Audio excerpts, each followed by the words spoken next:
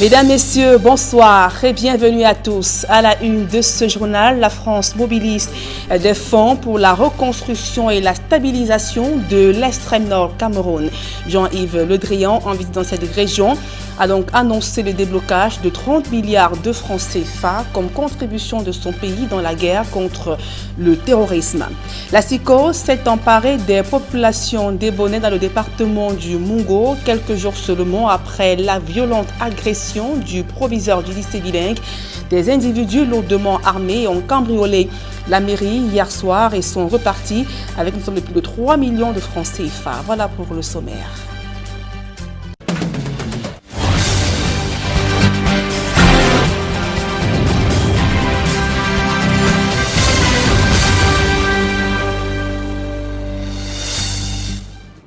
Mesdames, Messieurs, une fois encore, bonsoir et merci d'honorer ce rendez-vous de l'information sur Equinox Télévision. Je vous le disais en titre, la France s'engage à soutenir le Cameroun dans la lutte contre le terrorisme. En visite dans la région de l'extrême nord, Jean-Yves Le Drian a annoncé le déblocage d'une somme de 30 milliards de francs CFA pour l'assainissement de plusieurs localités et le financement de nombreux projets. D'autres précisions dans ce reportage de Kediara Amadou Daïrou.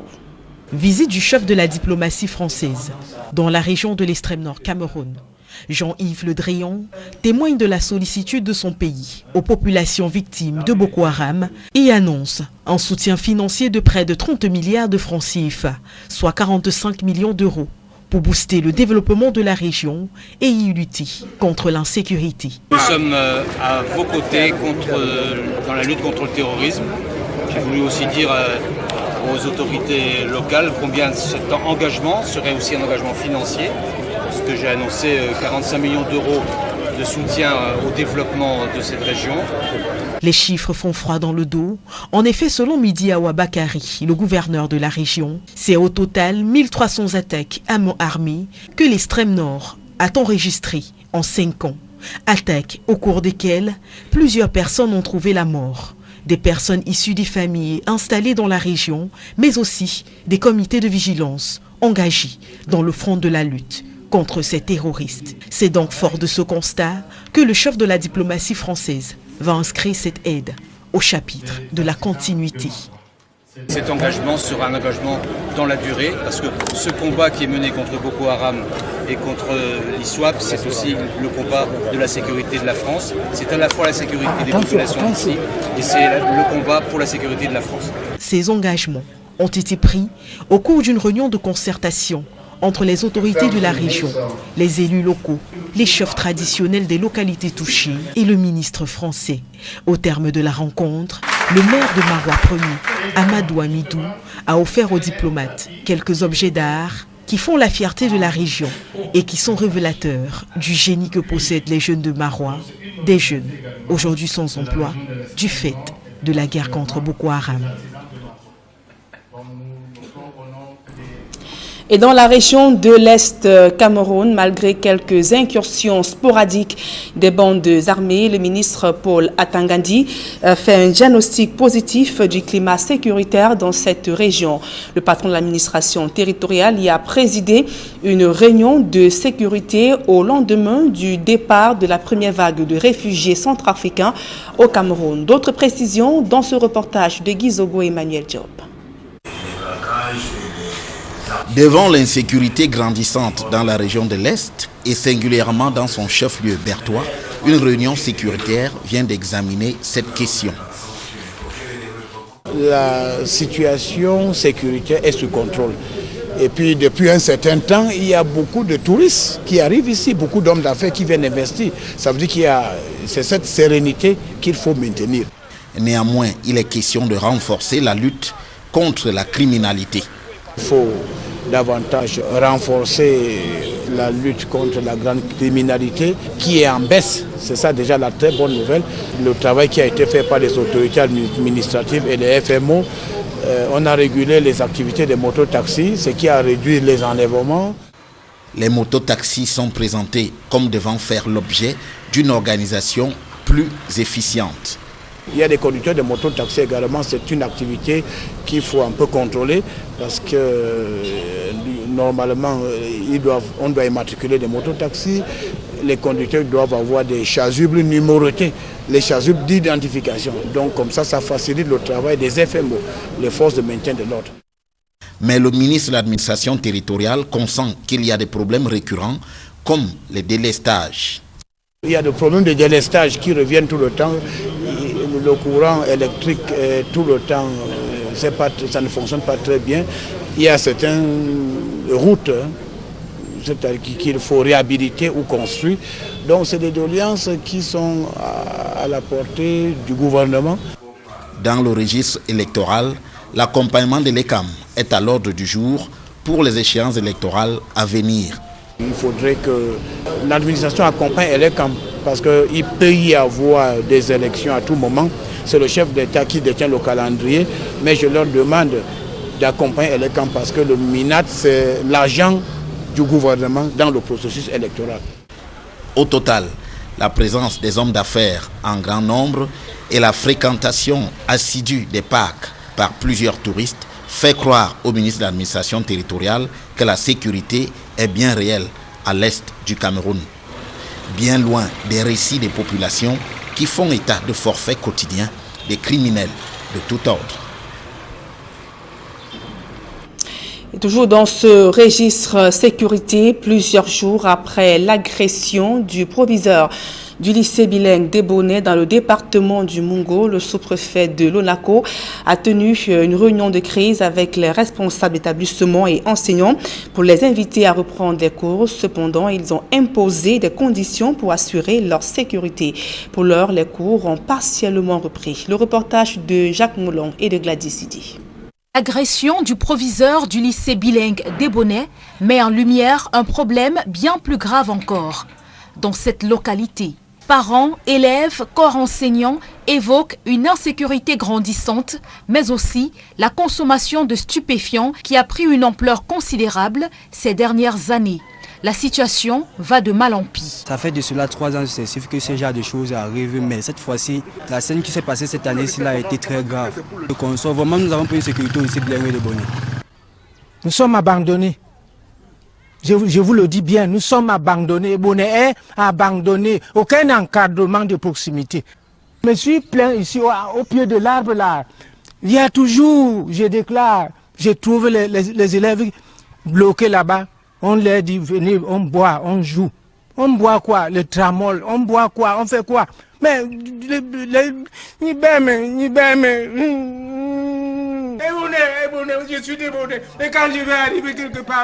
Depuis l'agression du chef d'établissement, les cours ont été suspendus, d'où l'inquiétude des élèves. Depuis que cet acte a été produit au lycée, nous ne faisons pas cours. Depuis que nous sommes venus à l'école, nous n'avons pas fait cours. Même aujourd'hui, nous n'avons pas fait cours. Les élèves sont inquiets et les professeurs aussi sont également inquiets. Le sous-préfet de l'ONACO a tenu une réunion de crise avec des enseignants pour les rassurer quant aux mesures de sécurité qui ont été prises afin d'assurer leur protection. Au sortir de cette rencontre, nous avons pu nous accorder sur un certain nombre de choses qui véritablement devraient nous permettre de redémarrer sur de nouvelles bases. Donc ce qui a lieu de retenir, c'est que les enseignements reprennent de manière sereine. Attendons l'évolution des enquêtes. Des propos qui ne semblent pas du tout rassurer les enseignants qui exigent la tenue d'une rencontre avec les élites, chefs traditionnels et les membres de l'association des parents d'élèves. Nous avons exigé que les gens du village, la communauté villageoise et l'élite viennent parce que tous les actes de violence que nous subissons ici sont commis par les enfants de ces villages. On a énuméré, à n'en peut finir, depuis au moins 6 ans aujourd'hui. Les proviseurs qui sont succédés dans cet établissement ont chacun à son niveau été victime de cette agression. Nous sommes là actuellement, près de 40 personnes, jeunes enseignants, galvanisés dans le travail, mais ce moral que nous avions au début de cette année est en train d'être sapé par ce qui vient d'être arrivé à notre chef d'établissement. En attendant que les différentes parties trouvent un terrain d'entente, et par là une solution globale à ce problème, les cours se font à demi-teinte au lycée bilingue d'Ebonè. Et les populations d'Ébonais ne sont pas au bout de leur peine avec ce phénomène d'insécurité qui va grandissant. Hier encore, 6 malfrats cagoulés lourdement armés ont cambriolé la mairie. Ils sont entrés par effraction et ligoté les 2 vigiles en faction. Et durant plusieurs heures, ils ont passé en revue les différents bureaux, vidant ainsi les caisses de cette municipalité. Ces brigands sont repartis avec une somme de plus de 3 160 000 francs CFA. Des populations, ce sont les agresseurs du proviseur du lycée bilingue d'Ébonais qui sèment la terreur dans cette partie du pays depuis plusieurs mois. Et parlons à présent de la lutte contre l'immigration clandestine en Afrique. Près de 250 hommes, femmes et enfants de l'Afrique de l'Ouest ont été interceptés hier au large des côtes camerounaises et ramenés à Douala dans un état de santé fragile. Innocent Abega et Jean-Paul Chouniat. Parqués à l'arrière de la grande cour d'honneur de la base navale de Douala, ces hommes, femmes et enfants de l'Afrique de l'Ouest étaient en partance pour le Gabon. Dans l'après-midi, le navire qui était en patrouille au large de la Sanaga a intercepté hier une embarcation ayant à son bord plus de 230 bonhommes. Ces citoyens nigérians, maliens, béninois, togolais, sénégalais, burkinabés et guinéens ont été pêchés dans des embarcations de fortune au large des côtes camerounaises aux premières heures de la matinée du 24 octobre courant. Ces navires déjà n'avaient aucun appareil de communication, pas de gilet de sauvetage, pas de bouée de sauvetage. Donc ils présentaient un danger certain. Fragilisés par des conditions rudes de voyage, plusieurs de ces migrants clandestins présentaient un état de santé inquiétant. Nous avons dans un premier temps immobilisé le navire, transféré le passager qui était en danger dans cette embarcation vers notre gros navire. On les a mis en sécurité et entre-temps même il y en avait qui étaient malades que nous avons évacués rapidement dans notre infirmerie ici à la base navale de Douala qui sont en ce moment pris en charge par l'infirmerie. Ici là c'est M. Adama, il a 30 ans. Il est arrivé dans un état inconscient. Vous voyez le brancard là, ça fait ça qu'on l'a transporté ici, il ne marchait pratiquement pas. Il est arrivé dans un état inconscient. Et depuis la nuit, on essaie de le faire un remplissage veineux pour le remonter. Une fois leur forme et fraîcheur physique recouvrées, ces 250 passagers clandestins et 9 de leurs passeurs seront remis aux administrations compétentes. Et ce coup de filet de la Marine nationale s'inscrit dans la lutte contre le trafic des mineurs, la piraterie maritime, la pêche illégale dans les eaux territoriales camerounaises. Une mission régalienne de sécurisation de la façade maritime du Cameroun. Je vous propose d'écouter à présent quelques migrants qui reviennent sur les raisons de leur voyage. Bon, pourquoi on va là-bas? C'est parce que ça ne va pas chez nous. Ça ne va pas, c'est pourquoi on voyage. Moi maintenant, problème des pays, on voulait m'attraper. C'est pourquoi j'ai fui de chez moi. J'ai fait 3 mois ici, parce que c'est tour par tour. Le tour n'est pas encore arrivé. Je me suis venu cacher ici. J'ai un petit frère là-bas, c'est chez lui, je m'en vais. On mange. Quand on voulait voyager comme ça, il y a, on achète les biscuits, les boissons, des coca, tout ça là. Et puis dans pirogue là, il y a une gaz. Et que si ça fait matin comme ça, les gens qui roulent pirogue là, ils préparent et ils nous donnent chacun de nous, on mange un peu. Chez moi, je préfère aller vivre au Gabon. C'est pas mauvais d'aller vivre là où tu vas te sentir à l'aise. Vous voyez, non? C'est un peu ça en fait. Et le danger du voyage? Danger du voyage, non, sinon ça va. Ceux qui nous connaissent là, ils ont bien calculé le temps, tout. Donc pour le moment, vraiment ça va. Hein? La vague, ça va, il n'y a rien, il n'y a pas de danger là-dessus. L'aéroport international de Douala dispose-t-il d'équipements et outils nécessaires pour intervenir en cas de crise ou toute autre forme d'attaque? Une simulation de prise d'otages a été donc organisée ce jour en vue d'évaluer les techniques et méthodes utilisées. D'autres précisions dans ce reportage de Claude Ekwa et de Gladys Sidi. L'aéroport de Douala s'arrime aux normes internationales, surtout dans la gestion de crises sécuritaires. Le gendarme de l'air, la Cameroun Civil Aviation Authority, a pu évaluer au cours d'un exercice la réaction générale et les procédures spécifiques et collectives des différents organismes et administrations appelés à intervenir dans les types de crises de sûreté de l'aviation définis dans le plan d'urgence.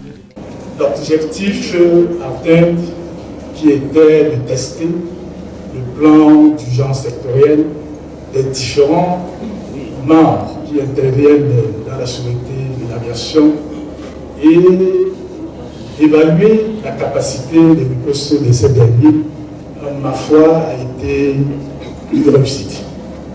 Nous avons observé de temps en temps, nous disons ici que le but a été atteint.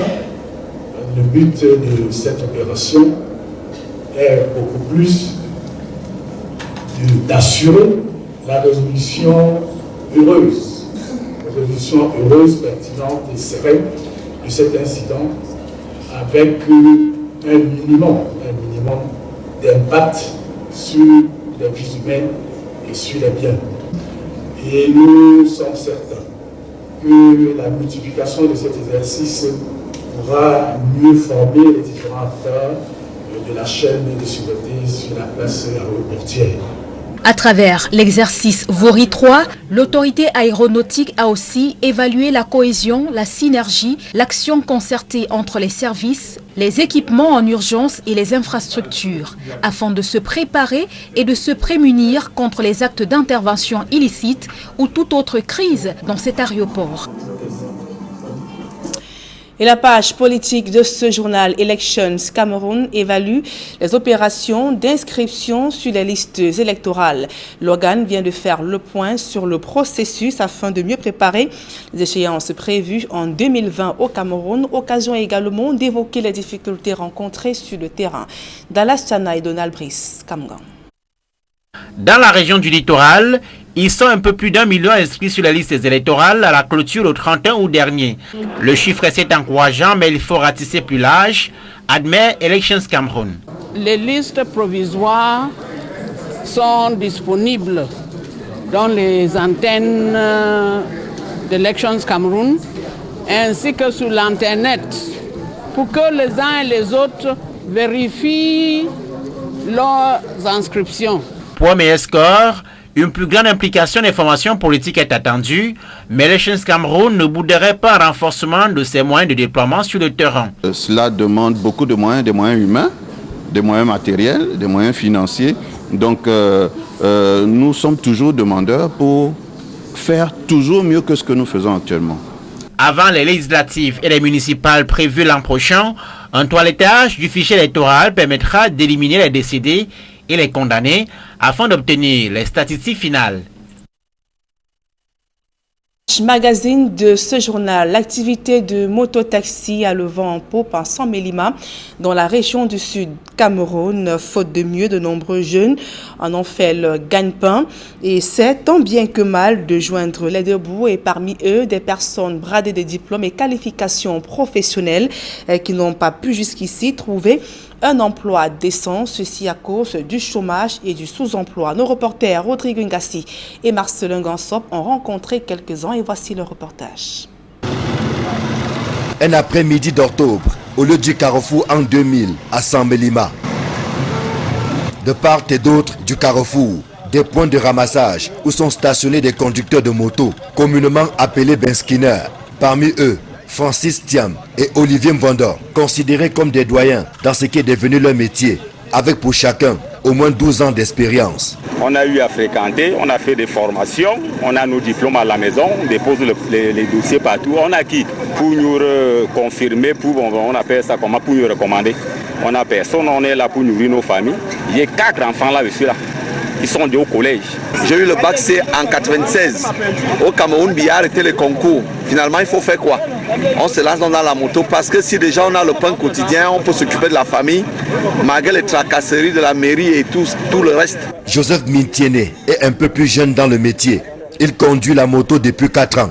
Formation topographe, sorti de l'école des travaux publics depuis 2011. J'ai commencé à travailler à Carson depuis 2013. Alors il y a eu des problèmes. On nous a tous envoyés en congé technique. Et c'est ce congé technique qui fait en sorte que je me retrouve sur la moto.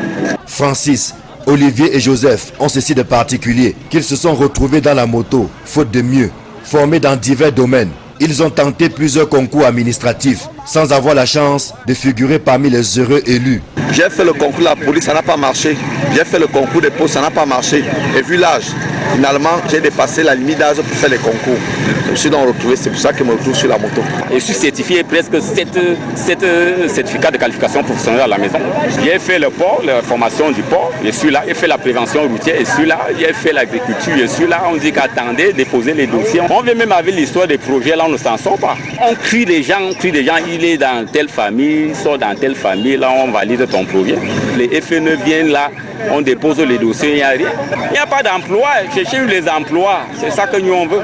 Plus grave encore, certains projets logés dans la ville qui pouvaient absorber ces diplômés ne marchent pas. Les usines de manioc qu'on a fait là-bas où on pouvait travailler, on ne travaille pas, c'est fermé. On se demande où on part.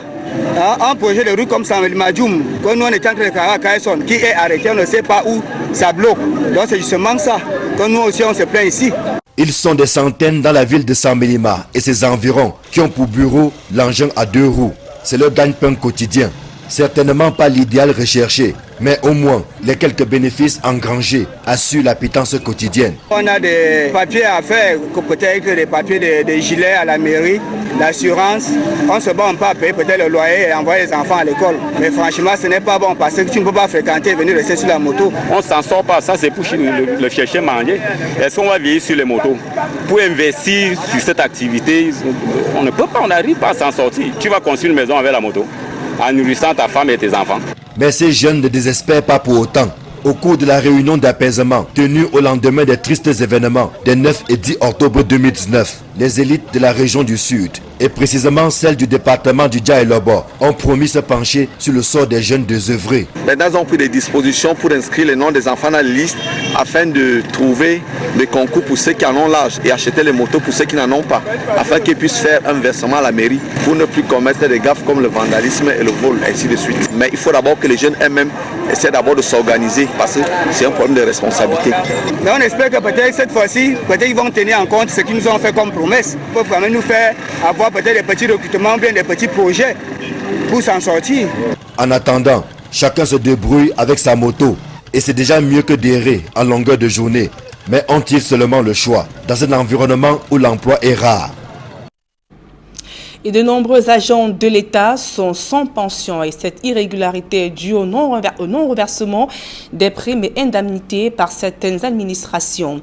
La situation a souvent été à l'origine des remous sociaux. Le ministre des Finances veut traiter cette question. D'autres précisions dans ce reportage d'Innocent Abega et Donald Brice Kangan. Des remous sociaux d'agents publics insatisfaits de la gestion de leurs pensions, l'actualité offre des clichés à souhait. Au ministère des Finances, le diagnostic est fait, beaucoup d'entreprises publiques et parapubliques affichent des défaillances en matière de manipulation des pensions des fonctionnaires. La cadence de reversement des cotisations de pension. Il y a des structures qui ne le font pratiquement jamais, il y a des structures qui le font par à-coup.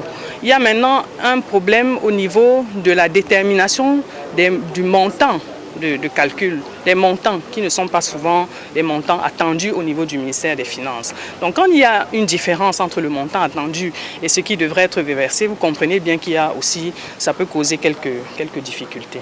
Traiter ces manquements, c'est améliorer le savoir-faire des agents comptables et contrôleurs financiers, des entreprises publiques sur les méthodes de calcul et l'exigence légale de déposer les pensions des agents publics, ces acteurs étant les opérateurs à la base.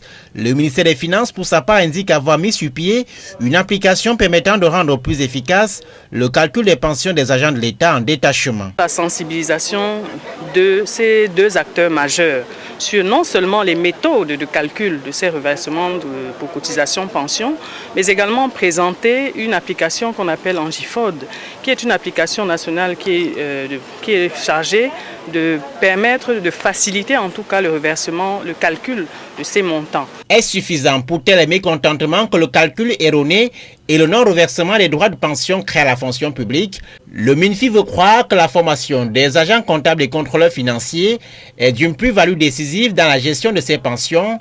L'enjeu, c'est aussi de répondre à l'exigence de la bonne gouvernance.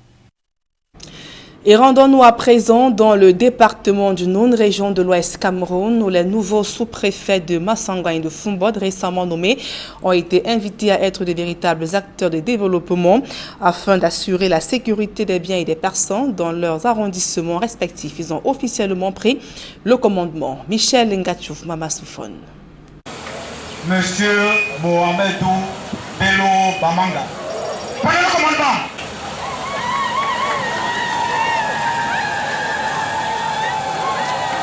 C'est le rituel de prise de commandement qui donne au nouveau sous-préfet de l'arrondissement de Massangam d'entrer en fonction dès ce jour. Le nouveau chef de terre a officiellement pris fonction devant les populations et les élites du coin au cours de la cérémonie d'installation conduite par le préfet du Noun, Donatien Bonyumo. C'est un fonctionnaire, certes jeune, mais aux aptitudes intellectuelles avérées, que le chef de l'État vient de nommer à la tête de l'arrondissement de Massangam. Mohamedou Bello Bamanga, c'est lui le nouveau chef de terre, administrateur civil, précédemment adjoint préfectoral de Baham en remplacement de M. Ngongo Mirabo. Une arrivée de la nouvelle autorité avec de grandes attentes et un départ bien encaissé de son prédécesseur pour les forces vives de Massangam.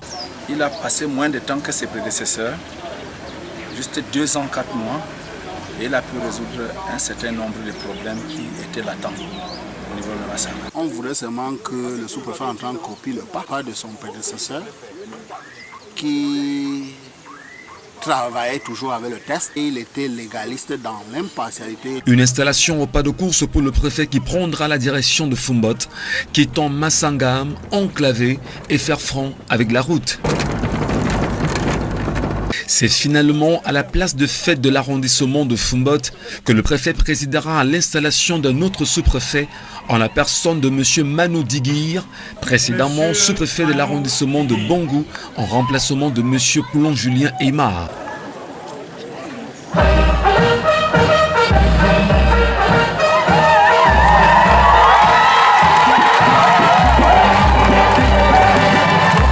Un accueil chaleureux pour le nouveau chef de TR, bilan et attente exprimés par les fils de Fumbot. C'était un travailleur sous peu de temps qu'il a passé à Fumbot dans les 2 ans, 4 mois. Avec lui, on a entrepris beaucoup de choses. En attendant que les missions assignées soient scrupuleusement respectées, les nouveaux sous-préfets sont en place. On parle éducation à présent. Le saviez-vous qu'il est désormais possible pour les élèves des lycées et collèges de produire l'énergie renouvelable à partir des déchets organiques. Ceci grâce à une technologie mise sur pied par Israël. Le Home Biogaz a été présenté au lycée de Colleton à Yaoundé par l'ambassadeur d'Israël au Cameroun. D'autres précisions avec Joël Essengay et Cyril. C'est une technologie dite innovante que présente l'ambassade d'Israël au Cameroun au lycée de Colleton à Yaoundé. Déjà expérimenté en Israël, le biogaz a l'avantage de pouvoir transformer les déchets organiques en énergie qui permet à son tour de produire du gaz. D'un système d'home biogaz qui permet de transformer des déchets organiques, déchets animaux ou des déchets humains, en énergie qui permet de faire du gaz, qui permet de préparer de la nourriture. Et aussi de l'engrais qui peut être utilisé dans les plantes. Séance tenante, un spécimen du biogaz est présenté aux élèves. Ces derniers s'imprègnent également de son mode de fonctionnement. Food waste, food scraps, potato peels, cassava peels, banana peels. Ça peut être des déchets alimentaires, les épluchures de patates, de bananes et tout ce qu'on jette comme reste de nourriture à la maison. And transforms it to gas and liquid fertilizer. Donc ce système transforme ces déchets-là en gaz ou en engrais liquide. This way, the biogaz system can treat the waste. Donc comme ça, le système biogaz peut traiter les déchets. Produce the gas, produire le gaz, and we save water. Et ça nous permet aussi de faire des économies en eau. La démonstration se fait en présence du ministre des Enseignements secondaires. Israël est convaincu que c'est à l'école que l'on éduque le citoyen et que l'on se fixe un modèle de développement. Maintenant, nous l'amenons à l'école parce que nous sommes convaincus que c'est l'éducation qui conduira au changement. Des gens continuent de faire de la cuisine au charbon. Dans des domiciles, il n'y a pas de toilettes appropriées. Nous devons le changer. Des gens décèdent, meurent à cause d'un environnement malsain. Cette nouvelle technologie est un outil pour le changement, un outil naturel qui permet d'améliorer nos connaissances en mathématiques, en physique, en biologie, en chimie, en entrepreneuriat et bien d'autres. La présentation du Home Biogaz se fait à la faveur du Clean School Initiative. L'initiative École propre, à travers laquelle le ministère des Enseignements secondaires encourage la production de l'énergie renouvelable à partir des déchets. C'est avec ce reportage que nous mettons un terme à cette grande édition d'information sur Equinox Télévision. Dans un instant, le débrief du journal avec Serge Alaotou et ses invités sur le plateau d'Equinox Soir. Serge Alaotou. Voilà, Nadine Yambou, effectivement, nous allons essentiellement parler de la visite de 48 heures qu'a effectué Jean-Yves Le Drian au Cameroun. Jean-Yves Le Drian, ministre français de l'Europe et des Affaires étrangères. Ce sera donc l'essentiel d'Equinox Soir, deuxième partie. Bonne soirée à vous, Nadine Yambou, et bon week-end. Bonne soirée à vous, Serge Alaotou, meilleur à vous également. Voilà, madame, monsieur.